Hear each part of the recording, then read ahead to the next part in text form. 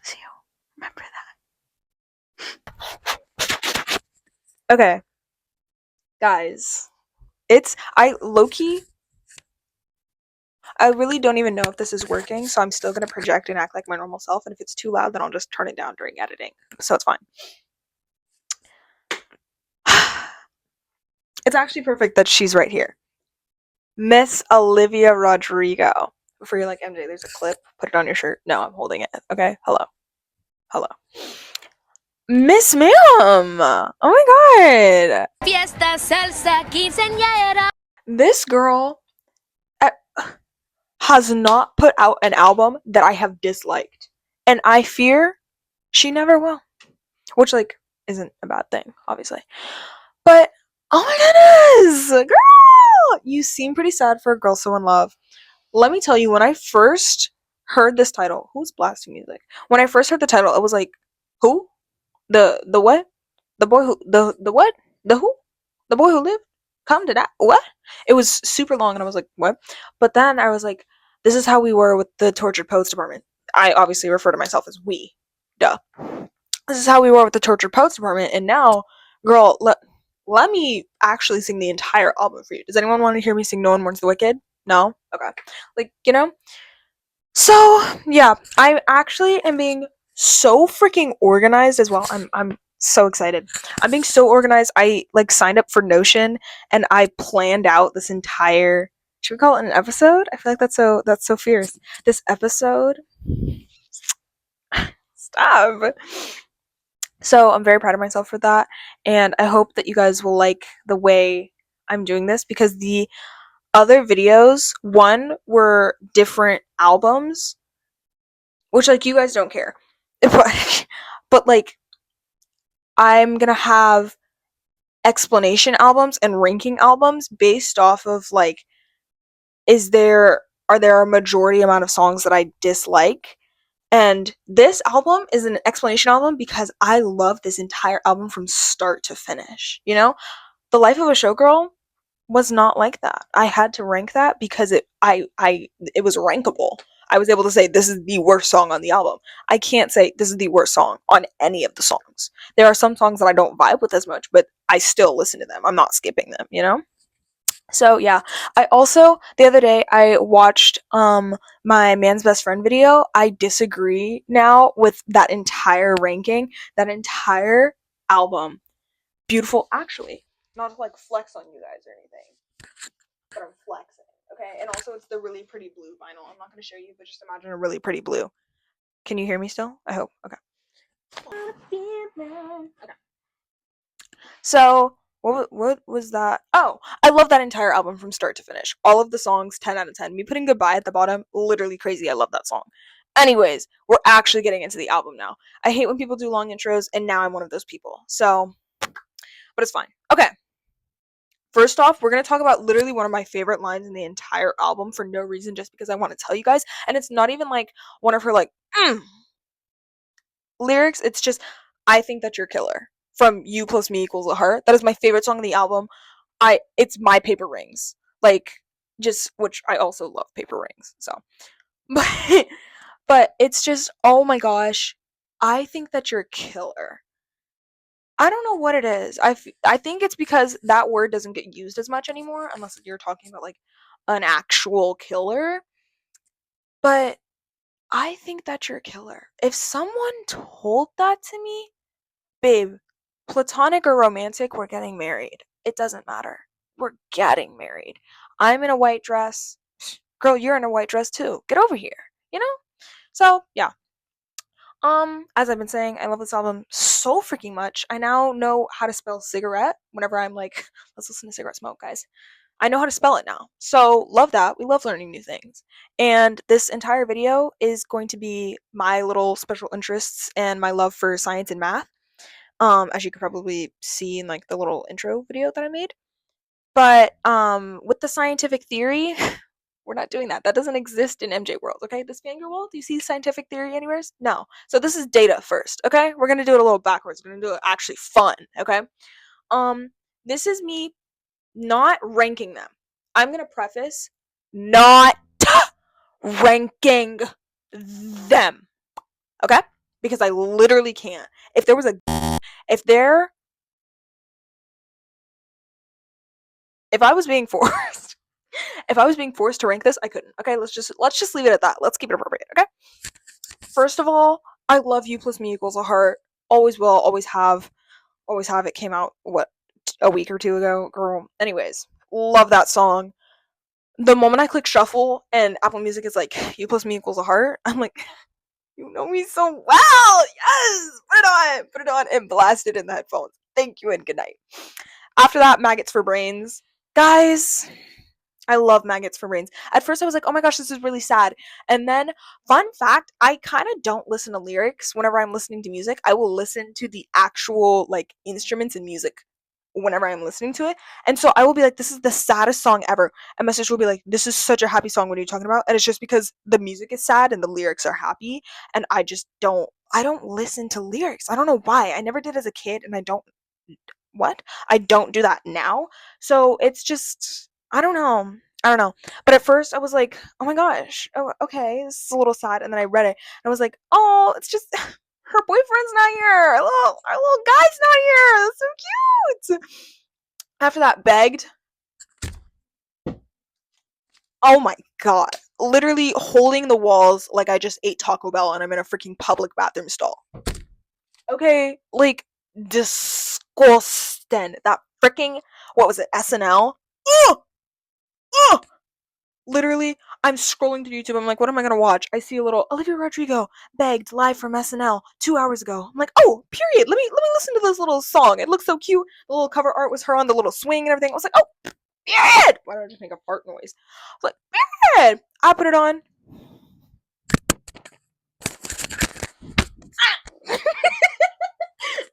Guys, I I love that song so freaking much. It means so much to me. Every time I'm scrolling on Insta or on Pinterest or literally any freaking social media site, people are just like, and the fact that you can relate this to siblings, the fact that you can relate this to parents, the fact that you can, and it's just like, stop making it sadder. Stop. Oh my gosh, bro. If I see one more freaking, what's it freaking called? Dean and Bo edit from freaking Off Campus with this freaking sad song, stop now. Which, yeah, let's not even talk about Off Campus because I've gotten so many things spoiled and I literally wanted to read the books first. Not happening. Not happening now. I know the insider secrets, okay? Anyways, Honeybee, bruh. Honeybee we're actually going to talk about siblings a lot in this video between Olivia and Conan because we know they're bestest of buds. Which I love so much because I love talking about my siblings. Shout out to you, Brie and Viv. I love y'all so much with my whole heart. Y'all are my best of friends. Um, but what was the point of this? Oh, Honeybee is my Connell. Which, like, before you're like, MJ, literally one of your favorite songs off of Wishbone is Connell. Girl, I know. Oh my gosh. It's like when you're watching like one of your favorite characters be gender bended. Gender bended? Gender bent? Bent. Gender bended. And suddenly the character that you love is like 10 times hotter already. And you're like, period. Like, that's Connell was written by a boy, and then it was written by a girl, which, like, it was still Dan. Love you, Dan. Thank you for everything that you do. But like in my head, it's just Olivia. And oh my gosh, absolutely stunning, beautiful, perfect, amazing, gorgeous-tastic. Let me pause for 5 seconds. Okay. I don't know why, but I have this like fear that my phone's randomly gonna be like, storage is used up, and I'm gonna go on yapping for 30 minutes thinking that it's recording. And yeah. Anyways, I love Connell. I love Honeybee. Honeybee and Connell are the same thing to me. We're gonna get into that later, don't you worry. We have some new things on the table. I'm so excited. Okay. Then we have Les.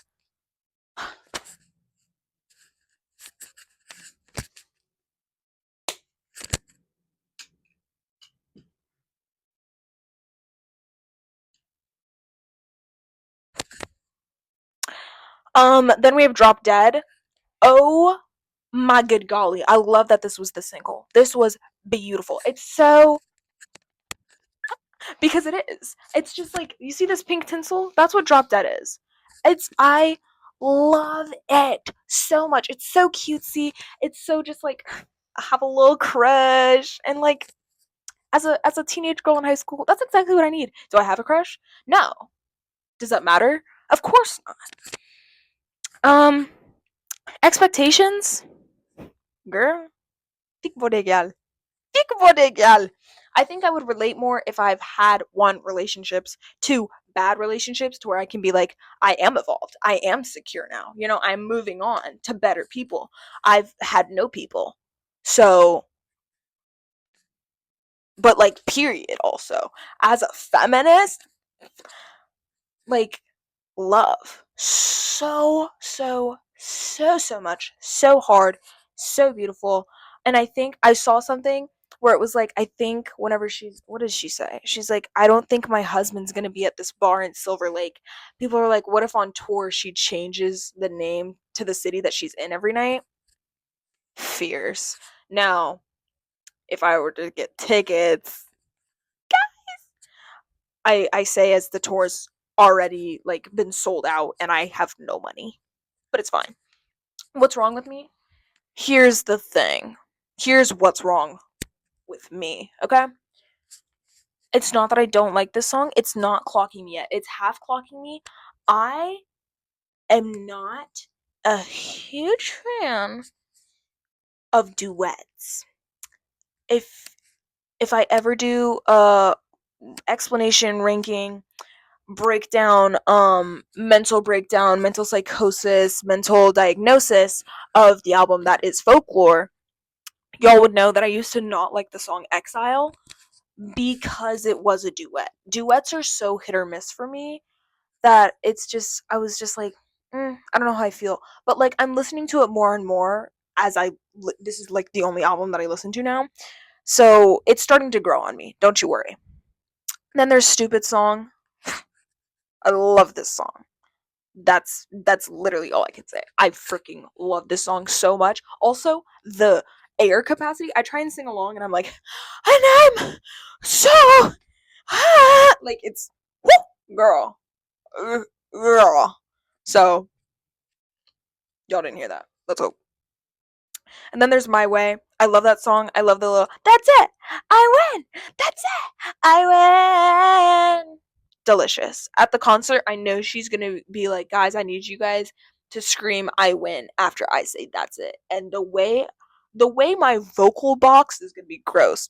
The way my vocal box would arise out of my mouth and fall onto the stadium grounds because of how much heart and chest and scream that I would put into it would be foul. Let's just put it there, okay? Cigarette Smoke, again, love this song. I now know how to spell cigarette. Period. Love that. Also, low key can't talk much on that song because I kind of didn't listen to the lyrics. So I'm just vibing with the music right now, but one day I will look at those lyrics and something will come over me. I know it for a fact. Purple, love that song. Um, yeah, I feel like it's kind of underrated. I don't see it getting a lot of love. And I'm like, guys, Purple's like right there. And then there's obviously The Cure, which changed everybody's lives. Everyone knows where they were when The Cure dropped. Okay, let's just say that. Now, some observations before we get into the nitty, the gritty, and the actual, like, I don't know, let's call them experiments. They're not, but like, let's just call it that. The experiments, if you will. Let's hope that's not an actual word, and let's pray to God that it's not like a swear word. Jesus. Some observations. I say as I can't see. Oh, Conan Gray and Olivia Rodrigo. Best of buds, two peas in a pod, freaking the two barnacles on the back of a turtle shell. Okay, they're two cuddling kittens. They're a video of two cuddling kittens that like your situationship would text you, followed by a text that says us. Okay, that's them. That's them, and we love them for it. Even though the situationship did do a number on you, it's okay. It's gonna be better. Listen to expectations, and you'll be just fine. Okay. Now, I see Conan as the older brother and Olivia as the younger sister. I am technically correct because Conan is older than her and Olivia is younger, but that doesn't matter. Which is also funny because Olivia is a younger brother. Conan is a younger brother. I don't know about Olivia. I didn't look that up, but it doesn't matter. Don't ask why. I can't explain it. Yeah.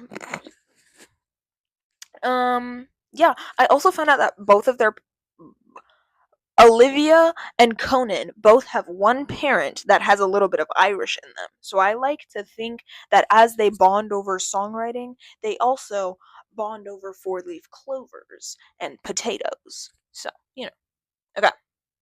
Now, this is when I do something new and spooky and exciting, okay? This took me like 3 days to come up with, even though it's summer break and I have 24 hours of free time. It's fine, leave me alone, okay?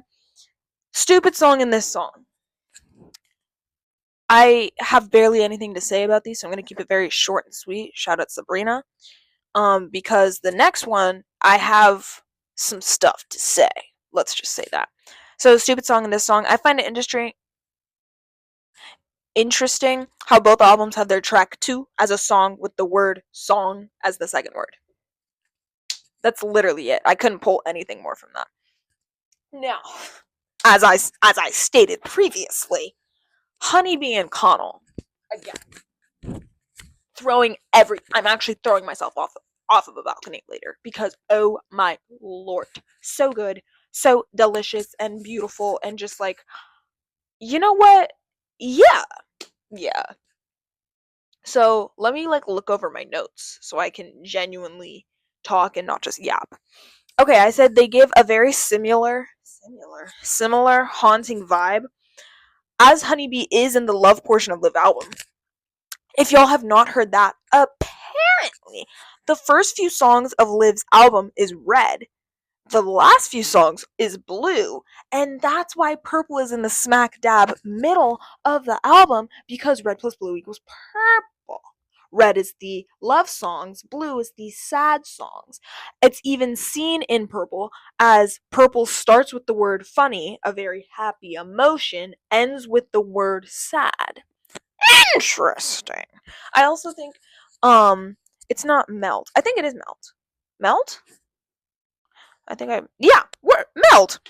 The word melt is mentioned in purple a lot, and if you were to melt something red and something blue together, they would become purple.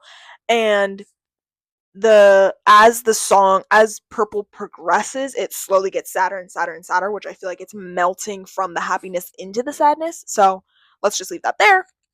As Honeybee is in the love portion of the album, I think it's supposed to be sweet, but it comes off very sad to me, which might be purposeful. That's horrifying. It's an ice cream truck, Jesus Christ. Which, girl, I had like a fourth of a pint of ice cream today. I cannot. Which might be purposeful as a repeated word in purple. A very important song is the word melt, as I just said. I can see sadness melting in the song. It seems as if her honeybee is leaving or trying to, right? Stay with me, stay with me, stay with me. Jingle, jingle, jingle. Okay? Her use of hoping to spend her life knowing him and promising that she loves him almost as reassurance, aka, what's the freaking line? I don't even know. Oh, even when I wanna be quiet, I love you, baby, I promise. Interesting use of words. What's the goal? What's going on now? Her use of the use of the idiom. I got into freaking English. Okay, guys, I'm out of school and I'm doing English homework over here for y'all. Okay, what's that? That was a little button. Okay, an idiom. I did not look up what that is, but I looked up what this specific line was, which was, and it feels like God threw me a bone. I was like, I'm pretty sure I know what that means, but let me just double check so I'm not yapping about something that makes no sense and everyone's like, well, what is this girl yapping about? I looked it up. One, it's an idiom. Two, um, I noticed also, before we get into that, I noticed that she believes in God in this song, but is skeptical in Stupid Song. There's a lyric in Stupid Song where she's like, and if God exists, it's the bond between you and I, or something like that. But in that song, she said, if God exists. In this one, she says, feels like God threw me a bone. Almost as if that song, she's like, kind of like sure of herself. And she's like, it who cares? If he's up there, period. If not, this is enough to make me feel loved, make me feel safe. In freaking Honeybee, she's like, girl, either you hate me or God's throwing me a bone here. You know? It's different. And I can feel that. And I know that for a fact. Anyways, makes me wonder if she started to accept the bare minimum in the beginning of the relationship as she says the line feels like God threw me a bone after she says he walks her home because they rhyme obviously. She later goes on to ask him to sit with her. She's like, bruh, I'm just feeling sad, a little gloomy, feeling just a little emo. Would you sit with me? Personally, when I love a person, let's talk about my best friend Kate. Kate, I love you so much. If she's being all gloomy and emo and cause tonight will be the night that I will over you, then I'm gonna be like, yo, what's going on? And she might be like, oh, I don't really want to talk about it, just like feeling down. It's like, okay, period. She's right here, obviously. I'm gonna be, you don't have to ask me for that. What's that freaking audio? And it's like, thanks for the paper towel. I didn't even ask you for that. It's like, you don't gotta ask for it. It comes with the service. That you don't have to ask me to love you because I already love you. Even if you were to go off and spit in my face and be like, I hate you so much, I think you're stupid, I think your videos suck, and like pink is the worst color, blah blah blah. I'm gonna be like, dang, that's crazy. I know you though, and I love you, and I want you to go off and I want you to do amazing things. Although you're wrong about pink being the worst color ever, I still love you. You know? So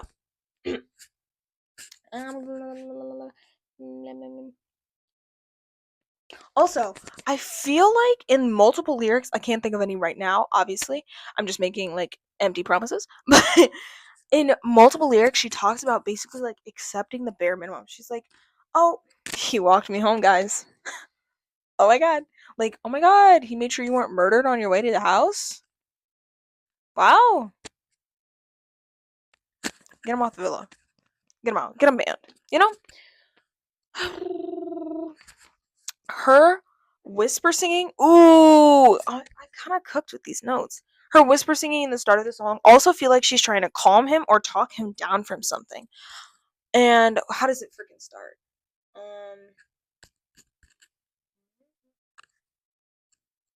It's like, is it? And I know something. I can heal all of the worst wounds. And then what? Guys, a girl tries to have a memory once. It's not working well. Basically, I kind of interpret it as her being like, it's okay. It's fine. Like the way you do to a dog when it's like it's okay. It's all gonna be okay. It's fine. You're talking very quietly. She's like, it feels like God threw me a bone. Like, you know? And I always go back to that line. I really like that line for some reason. But it just, I don't know. It feels as if I walked into a very tense situation and I'm like, Mama y Papa y fighting, okay? So, hold on. I feel like these songs showcase the older and younger dynamic. Here we bring in the siblings. Conan reflects on knowing the relationship wouldn't last in Connell, while Olivia hopes or even begs for it to continue. Both realize the partner isn't the very best partner they could have chosen. The repetition of words are also similar, aka Olivia repeating her it's too hard to describe this in a way that feels honest. She's talking more, but it's still the same repetition of Kana over and over and over again. Like it, yeah. Hello, Conan repeating Connell as if grieving and reflection, while Olivia repeats to almost soothe herself. You know, so. As much as I don't want to move away from it, we're going to move on to the next one, which is going to be the similarities. I know how to talk. Similarities between Maggots for Brains and Caramel. I love both of these songs. I would like to preface, I love both of these albums so much. Anything that I say is not at all like, look at this. Okay, literally Olivia and Conan right next to each other because they're best of buds. Okay, two barnacles. Okay, so love them both. Anything that I say is not ever ill intentioned to them ever. Okay, love them. I think these songs are similar due to their sort of negative connotations. Maggots obviously aren't something that you want in the brain, but caramel can be seen as a good thing. I don't like it, but I don't hate it either. They're both songs talking about the singer, Liv and Conan, being riddled with this love for their partner. Liv's song has an upbeat sound, but she still compares herself to zombies, a train off the track, feeling dirty, rotten, and uncolorful. She even blatantly states she's a sad shell just because her partner has gone off somewhere. Conan speaks on his and his partner's past, but accepts it quickly and excuses the troubles. Both songs are very upbeat, almost to cover or distract themselves from the problem. Okay, personally, personally. Okay. I feel like maggots for brain is maggots for brain. Maggots for brains. Yeah. Is almost like her kind of losing herself in this relationship. And I think that can be kind of confirmed one in the bunch of interviews that she's been like going through and talking about and everything, but also in the song Expectations when she's like, I am so secure after saying months later. As if after the breakup, now she's secure, she's back, she's here, she knows who she is again, you know? And then Caramel, I love that song. It's so good. It's like I'm pointing out the problems, but also like you're hot, get over here, you know? So yeah, I feel like they're very similar and they kind of like what's the word? I don't know. Vibe on the same wavelength, basically. Next one, we got My Way and My World. Of course, I think it's funny they both have a song with "my" as the first word, and the second word having a W. My Way, My World. Obviously, these songs also show their siblingness. Not a word, but it's fine because Conan almost accepts the breakup with a little bit of teasing the ex, obviously him being like, and you can go out drinking and living a lie and talking all low when you're out with the guys. Like, so period. But then later he's like, it doesn't matter to me. It doesn't affect my life. Cause I don't care anymore. You know, he's like, it doesn't matter. But like also stub your toe tonight. But it doesn't matter, I don't care, you know? So I think he's doing his best to accept it, and it's almost in the five stages of grief. There's actually a secret sixth one, and it's like false acceptance. When you're like, "No, it's fine, it's totally okay," and you just keep saying, "It's fine, it's fine, it's fine," until you're crying and you're like self-soothing yourself by saying it's fine. You know? So that was poetic, guys. Um, while Olivia goes all in on tearing either the partner down or the partner's ex. Theories vary. I have heard that apparently her ex boyfriend's ex girlfriend kept like trying to call him or like kept trying to contact him. I don't know if that's true. I didn't look that up. I didn't really get into that. Um I'm on my school computer, so I didn't want to like be looking up celebrities' love lives on there personally. But if that's true, let me know down in the comments. I feel like that's much more of a safer place for me to research stuff. So yeah, which I think solidifies Conan as the mature older brother because he's like, it's fine, it's okay. It's like not more mature, but definitely further in like the grieving process of a breakup, where it's the false acceptance, where he's like, it's okay, it's fine. I'm still a little butthurt, but like it's okay, and it's gonna be better soon. So that's what matters. While Olivia, as the more emotional younger sister, I didn't want to say immature because it's not immature. It's very valid to be upset, especially with a relationship. But more I just made up a word. More emotional because she's I don't know. I don't know. They're both very teasy. But maybe immature was the right word because as much as I do love the that's it, I win, that's it, I win, that part and everything, like thinking that you won something can be seen as immature at sometimes. So we'll just say Olivia, emotional slash immature younger sister at the moment. Again, to preface, I love both songs. I'm using words that have negative connotations to them, so I don't want it to be like, ew, she's gross and immature and blah blah blah. Like, no, I love these people. I see so much of myself in them, and that's why I love them, because it's like, oh my gosh, there are people like me who can like make it big, and there are people who think like me and who feel like me, and they can find love, or they don't and they're still okay afterwards, you know? So it's that type of thing. I don't even know what to the oh my god. It's about to get heavy, okay? Heavy? The what are they called? The Siennas? No, that's a different song. What the heck? Anyways, y'all know what I'm talking about. I'm heavy. That one. The Cure and Vodka Cran. Bruv. Oh my lord. Oh my lord. Okay.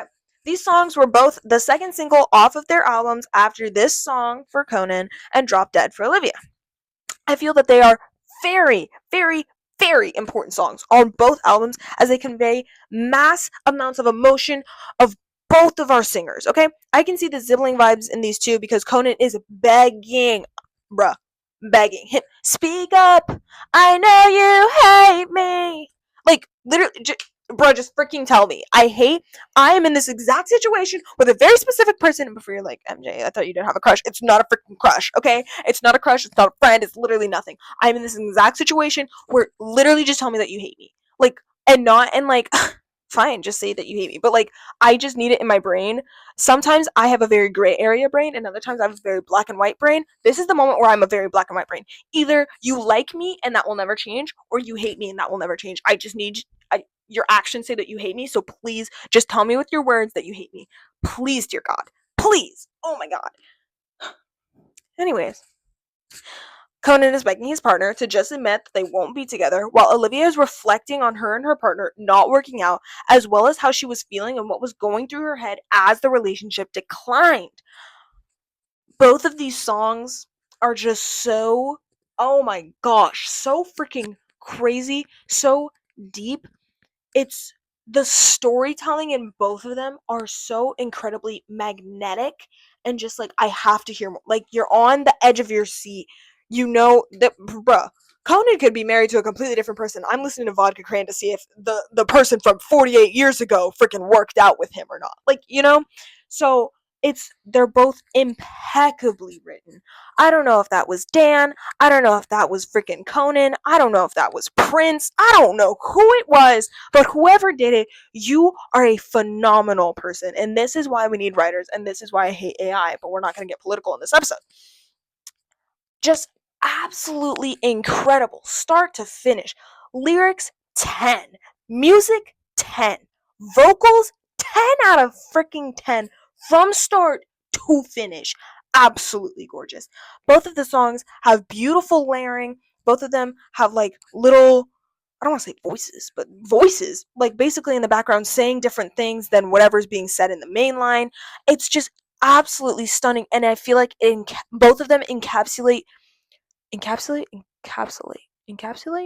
I'm gonna go with encapsulates relationships in any way, platonic or romantic, in such a good way because both of them have such a spiral feeling to where it's like, huh, I guess they kind of don't like me anymore. Okay, so what does this mean? And now that, and it like, it's just so, it goes from so small to so big in such a small amount of time to where it's exactly what that relationship, what that moment, what that time, what that argument felt like, you know? Absolutely stunning. 10 out of 10 for both of them. Again, if those songs hadn't made it, that would be like all too well 10-minute version not being on the original Red. Like, where is it? Give it to us now. Thank you and good night. My forehead is really warm. I'm very passionate about this. Then we have the similarities between Begged and 1111. First of all, I love both of these songs. You already know that. I just wanted to say it again because now that I'm reading these, I'm like hearing both of them in my head like moosh. Absolutely stunning. In these songs, the relationship dynamic changes and Conan becomes naive, while, aka, naive as in Conan becomes the younger brother, while Olivia breaks her own heart and leaves, aka, becomes the older sibling by being more mature or more whatever. I am saying this as a younger sibling. Do not come at me and be like, younger siblings are like this. I'm saying this as a younger sibling. Leave me alone. They also have similar influences in being very patient with their partners, as seen from lines like, "Cause I'll wait forever, I won't look forever," from Conan, and "I'm an anchor in the ocean, you know I could never leave," from Olivia. It seems a family trait is staying even when it's bad and even when you know it's bad. I kinda ate with that, I fear. I I made these ones shorter because I knew if I went into it, this was going to be an hour long episode. So, let's just keep it there. Oh my lord, scrolled way too quickly. Okay, the connections between What's Wrong with Me and Romeo. This one's not as in depth because this was just I don't know. The only thing I've noticed from these songs is that they both are misleading. You think Olivia is going to sing about herself and be like, "What's wrong with me?" And then Conan will sing about his amazing lover boy Romeo and be like, "Romeo, Romeo, where art thou, Romeo?" Which, by the way, Romeo and Juliet just finished it as a freshman in high school. Frickin' sucked. If I could put it on my Goodreads, I would. One, I don't have Goodreads, and two, it probably isn't on there. Unless it is, who knows? It just sucked, bruh. Will, Mr. Shakespeare over there, he can write himself a tragedy, okay? When I tell you, I've read a little bit of Macbeth, and I've also seen it in my school play, because that's what we did last year, as well as I saw it in the freaking opera form. Phenomenal. Absolutely amazing story. Never let the man write a romance again. Thank goodness that got taken care of. AKA he passed away. Not saying that it's a good thing that he passed away, but it was a long time ago, so it was willing to happen. Willing to happen? It was bound to happen. That's what I was thinking of. Anyways, you think Olivia's gonna sing about herself, Cole sing about his amazing lover boy Romeo, while they end up placing the blame on the partner, aka her going, "I think you are what's wrong with me. I'm not the problem. You're the problem. You're making me a problem. Your problem ISIS is getting all over my fingers and it's rubbing off on me, and I don't appreciate it." Okay. And then Conan Austin. Who's that? Conan, obviously, being like, "You're no Romeo." Which also one of my favorite lines in that song is Conan's singing, obviously, and he's like, "You're no Romeo." And then in the background, I don't know if he was talking into the mic or if he was talking to Dan or if he was eating a burrito and just like whispering to himself or something, but you can hear him go, "I mean, you might be to some people." If I say that, I will abandon the "you know Romeo." I will abandon that line every freaking time and just be like, "I mean, you might be to some people," because it's so freaking funny and it's something that I would say and I love it. Anyways, um, now we have, oh my god, we have the saddest song, and before you're like, "Actually, shut up, it's the saddest song on both freaking albums, Less and Nauseous." Ew! Disgusting! Absolutely disgusting. Absolutely filthy, disgusting. Horrid. I love both of these songs dearly. I literally start these notes off with, "Jesus Christ, are these children sad?" Okay? And that's all you really need to know. Again, I didn't write much about this one because I knew I was gonna start sobbing, and my mom and sister were watching freaking the new season of Love Island right next to me. So it'd be so funny if they're like, "I got a text!" And then my sister and my mom look over and I'm like, so I kept it brief, okay? I don't even know how to process. Exactly. If you can't see how these songs are two siblings expressing their sadness, then I don't know what to tell you. Before you're like, "MJ, why do you keep bringing up siblings, blah, blah, blah, blah, blah." I can literally recall, I was about to say recount, recall, recall?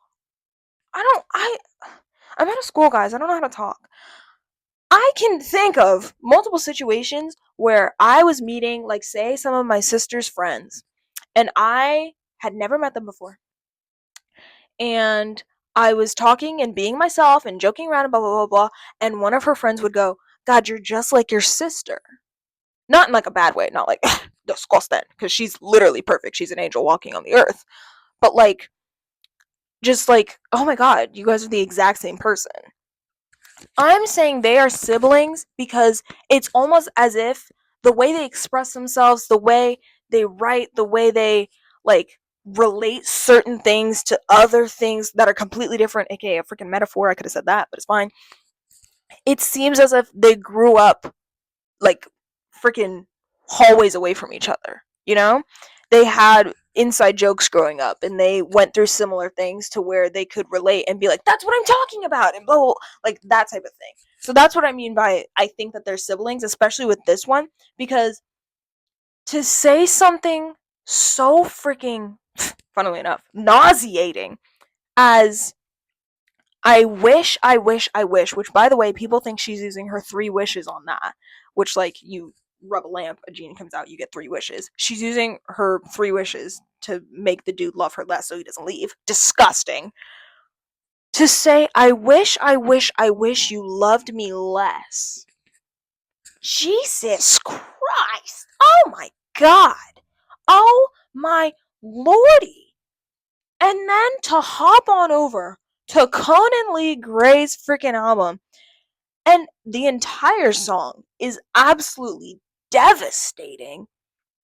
But just his simple, yeah, you scare me to death. Yeah, you scare me. You scare me? Or his freaking, what's the loved ones line? Like, I know that it's in me to really love someone, but that's not a thing that I learned from my loved ones. Ah! Like, thank you for the scream break because I freaking needed it. Oh my. Oh, absolutely grotesque. Bruv.